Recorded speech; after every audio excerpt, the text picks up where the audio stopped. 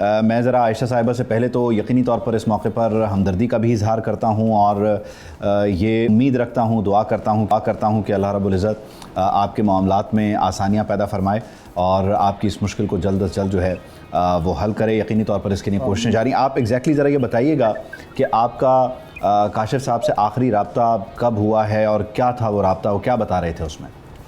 جی السلام علیکم۔ جی آخری رابطہ ہوا ہے 23 اپریل کو، تو ادھر ان کا وائس میسج آیا تھا کہ ہمیں تو 30 اپریل کو میں پتہ چلا کہ جہاں حاضر ہوتے بس، اور ہمیں بس اس کے بعد انہوں نے بات نہیں کری ہے کہ بس جتنا ہو سکے اپیل کرو انصار بنی کے پاس جاؤ، جتنا ہو سکے ہیں انہوں نے ہم سے یہی کہا کہ انصار بنی سے جتنا ہو سکے ان سے رابطہ کرو کہ وہ ہماری مشکل آسان کریں۔ اچھا، یہ یہاں سے روانہ کب ہوئے تھے ایگزیکٹلی اور یہ کتنے عرصے سے اسی پیشے سے وابستہ ہیں، اور اس سے پہلے کبھی اس طرح کی مشکل کا یہ شکار ہوئے ہوں تو وہ بھی اگر آپ بتانا چاہیں؟ یہ ابھی 7 اپریل کو انہوں نے جوائننگ کری تھی اور یہ 25-30 ایئرس سے یہ مسجد نیوی میں جاب کرتے ہیں۔ ٹھیک ہے۔ اچھا، ان کا اس جہاز پر ایگزیکٹلی رول کیا ہے، کردار کیا ہے، یہ ان کی کیا سروسز، کیا ڈیزگنیشن رہتا ہے؟ یہ ابھی کیپٹن آفیسر ہیں۔ ٹھیک ہے۔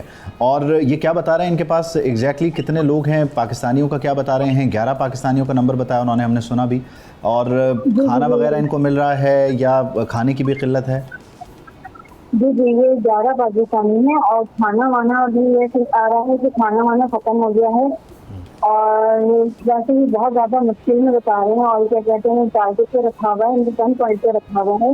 مشکل حالات تو ہیں وہاں پر، بہت زیادہ آسان تو نہیں ہے، لیکن بہت بہت تکلیف رہے ہیں۔ یہی تو ہم بس چاہ رہے ہیں کہ جو وہ لوگ رہا جائے، ہم لوگ سب سے اپیل ہے کہ جلد سے جلد اس مسئلے پر بہت اللہ حل کیا جائے فوراً۔ آپ سے اس وقت رابطے میں کون کون ہے حکومت کی طرف سے؟ سندھ حکومت، وفاقی حکومت، گورنر سندھ بھی کوششیں کر رہے ہیں، سماجی تنظیمیں بھی۔ آپ بتانا چاہیں گی کہ رابطے میں آپ سے کون کون ہے، کیا بتاتے ہیں وہ آپ کو؟ جی جی، ہم نے سب سے انصار بنی صاحب سے ہم نے رابطہ رکھا کیونکہ وہ ہمارے پاس ہم سے سب سے زیادہ رابطہ ہے، لیکن ہم نے گورنر سے جو ہم سے رابطہ ہے انہوں نے بھی ہمیں یقین دلائی کہ وہ ہماری مشکل کو آسان کریں گے کہ ہمارے ہسبینڈ کو جلد سے جلد یہاں کر آئیں گے۔ اچھا عائشہ، آپ پلیز بات پوری کیجئے پلیز۔ جی آپ پلیز اپنی بات کو پورا کیجئے۔ جی جی، بس یہی ان سے کہوں گی کہ بس جلد سے جلد ہمارے ہسبینڈ کو جلد سے جلد ہم لوگوں کے پاس لے کر آ جائے، کیونکہ جتنے بھی پاکستانی ہیں سب ان سے مشکل حالات میں، یہاں فیملی اتنی مشکل حالات میں، چھوٹے چھوٹے بچے ہیں ہم لوگوں کے کہ ہم لوگ یہ عید بقرعید آنے والی ہیں، یہاں بچے اپنے باپ کا انتظار کر رہے ہیں کہ کب باپ آئیں گے۔ بچے یہاں اتنے پریشان ہیں کہ ہمارے چھوٹے بچے ہیں۔ چلیں، اللہ تعالیٰ اس مشکل کو آسان کریں۔ برنی صاحب بھی ہمارے ساتھ ہیں۔ ریکویسٹ عائشہ صاحبہ کہ آپ بھی ہمارے ساتھ موجود رہیں۔ میں ذرا انصار برنی صاحب سے بھی پوچھتا ہوں کہ ایگزیکٹلی اس وقت ان کی کیا کوششیں، پھر احتشام الحق صاحب سے بھی پوچھیں گے کہ اس وقت حکومت باقی کیا کوششیں کر رہی ہے، اور اس ساری صورتحال پر ہم فردر ڈسکشن کریں گے۔ برنی صاحب، بہت شکریہ آپ کے وقت کا، کیونکہ آپ ان لوگوں سے رابطے میں بھی ہیں۔ ایگزیکٹلی ذرا بتائیے گا اس وقت سچویشن ہے کیا، اور ریلیف کے لیے ان کو واپس گھر لانے کے لیے کوششیں کیا ہو رہی ہیں؟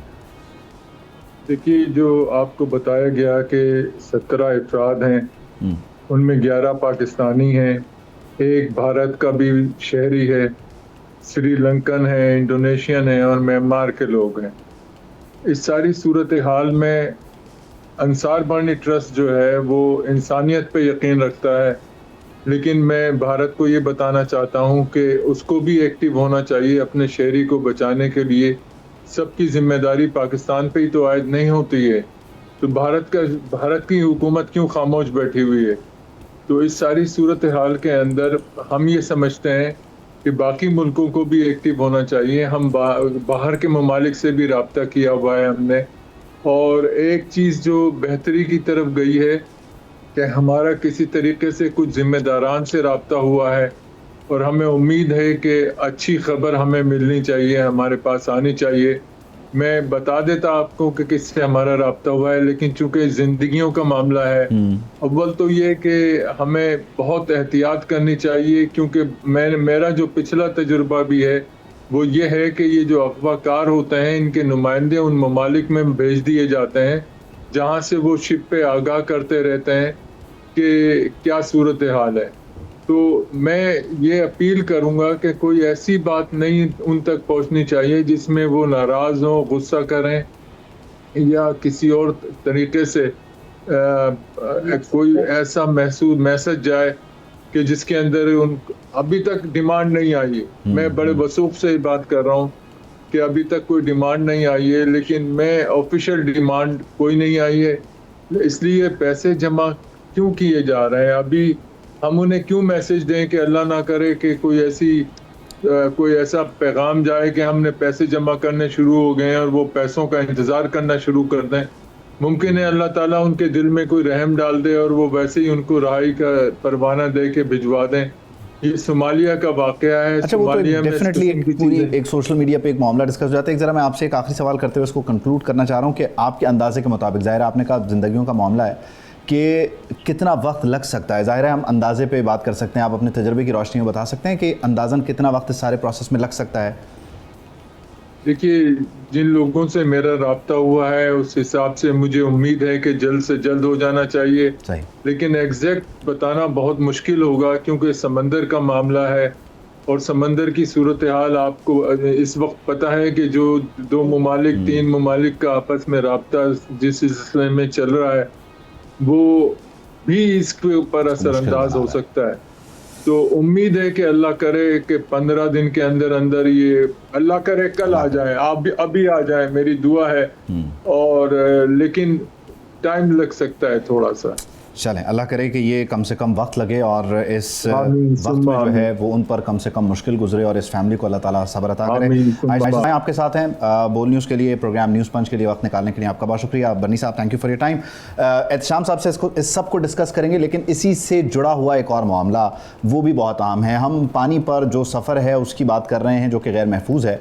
پانی یا بحری راستہ اب محفوظ نہیں ہے. جو قانونی طور پر جاتے ہیں ان کے لیے بھی وہ بحری قزاقوں کے ہتھے چڑھ رہے ہیں، اور جو غیر قانونی طور پر جانے والے ہیں ان کا تو پہلا دشمن خود پانی ہے. 2023 میں یونان اور اٹلی میں غیر قانونی تارکین کی کشتی الٹنے کے واقعات میں 350 پاکستانی، پھر 2024 میں یونان اور لیبیا میں 45 سے زیادہ پاکستانی، اور 2025 میں مراکش اور لیبیا میں 100 سے زیادہ پاکستانی تارکین وطن ڈوب گئے.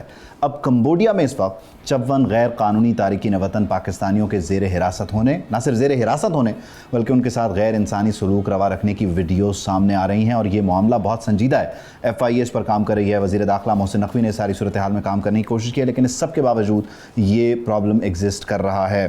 احتشام صاحب، اس کو ساتھ جوڑنے کا مقصد یہ ہے کہ بنیادی طور پر جو لیگل طریقے سے کام کرنے کے لیے ویسلز پر موجود ہیں، وہ آپ نے عائشہ کی گفتگو سنی، ان کے ہسبینڈ کس طرح سے مشکل سے گزرے ہیں، اور یہ غیر قانونی تارکین وطن والا معاملہ بھی اپنی جگہ ایک چیلنج ہے.